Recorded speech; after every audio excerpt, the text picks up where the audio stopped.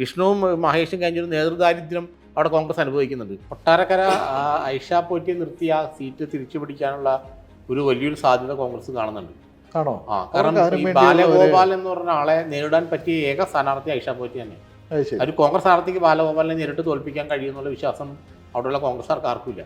പക്ഷേ ഐഷ പോറ്റിക്ക് ഈ കഴിഞ്ഞ 15 വർഷത്തെ MLA ആയിട്ട് ഇരുന്നത് കൊണ്ടും അവർക്കുള്ള വ്യക്തിബന്ധങ്ങളും പിന്നെ ഈ പറയുന്ന പോലെ ബാലഗോപാലിന് ഉള്ള ജനങ്ങളുടെ എതിർപ്പും ഇതെല്ലാം ചേർന്ന് അതൊരു നമ്മൾ ഈ രാഷ്ട്രീയത്തിൽ പറഞ്ഞ ഒരു ഐഷ പോറ്റിക്ക് ഒരു സാധ്യതയുണ്ട് അവിടെ. അതാണ് കോൺഗ്രസ് പറയുന്നത്.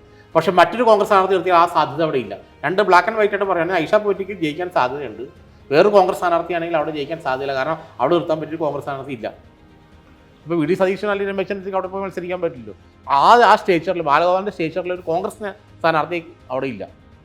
അപ്പോൾ അതുകൊണ്ട് പിന്നെ ഐഷ പോറ്റി നിർത്തിക്കുന്ന നല്ലൊരു മത്സരവും ജയസാധ്യതയുമുണ്ട് എന്നുള്ള ഒരു വിശ്വാസമാണ് കോൺഗ്രസിനുള്ളത്. ഈ പറഞ്ഞ 3 അല്ലെങ്കിൽ 4 സീറ്റാണ് ഇപ്പോഴും കോൺഗ്രസ് നേതൃത്വം പ്രതീക്ഷിക്കുന്നത്. ഒരുപക്ഷെ ചടയമംഗലത്ത് ഈ ബിന്ദു ഈ ചിഞ്ചുറാണി എന്ന് പറഞ്ഞ മന്ത്രിക്കെതിരെ CPIയിലും ഇടതുപക്ഷത്തും ജനങ്ങൾക്കിടയിലുമുള്ള എതിർപ്പ്, കാരണം അവരൊക്കെ ഉള്ള വേസ്റ്റ് പെർഫോമൻസുള്ള മന്ത്രിയായിരുന്നു ഈ ചിഞ്ചുറാണി എന്നൊക്കെ പറയുന്നത്. അപ്പോൾ അതുകൊണ്ട് തന്നെ ഇവർക്ക് പലപ്പോഴും ഈ ജനങ്ങൾക്കൊന്നും അത്ര വലിയ എനിക്ക് മനസ്സിലാക്കാൻ കഴിഞ്ഞതാണ്. CPIക്കാർക്ക് പോലും അവരുടെ അത്ര വലിയ താല്പര്യം കാണുന്നില്ല. അപ്പോൾ ചടയമംഗലത്ത് ഈ പറഞ്ഞ സ്ഥാനാർത്ഥി ഈ കൊല്ലം ജില്ലയിൽ ഈ ഒരു സ്റ്റേറ്റുള്ള സ്ഥാനാർത്ഥികൾ കുറവാണ് കോൺഗ്രസ്സിന്. CR മഹേഷ്, PC ഉഷ അതൊക്കെ ജയിച്ചു പോയി. അപ്പോൾ അതിനപ്പുറത്തേക്ക് സ്റ്റേറ്റുള്ള ബിന്ദു കൃഷ്ണ പോലെ ആളെ നിർത്തിയാലും ഒന്നും അങ്ങനെ ഒരു ഒരു സർവൈവ് ചെയ്ത് പോകാൻ പറ്റുന്ന ആൾക്കാരല്ല.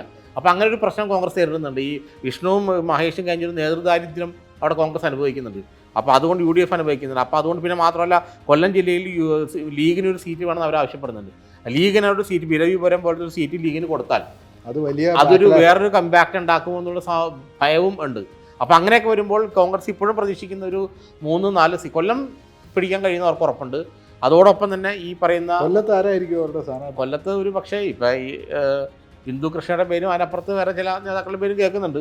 പക്ഷെ എന്നാലും ഈ കൊല്ലം സീറ്റ് മുകേഷിനോടുള്ള എതിർപ്പ് ഇതെല്ലാം കൊണ്ട് പിന്നെ ചിന്താ ജെറോമിനെ നിർത്തിയാൽ അവർക്കും പാർട്ടിക്കുള്ള എതിർപ്പ്. കാരണം അവരൊന്നൊരു ചിന്താ ജെറോം എത്ര നല്ല നേതാവായാലും അവർക്കെല്ലാം നമ്മളൊരു കേരളത്തിൻ്റെ പൊതുബോധത്തിലുള്ള ഒരു സ്വീകാര്യത വളരെ കുറവാണ്.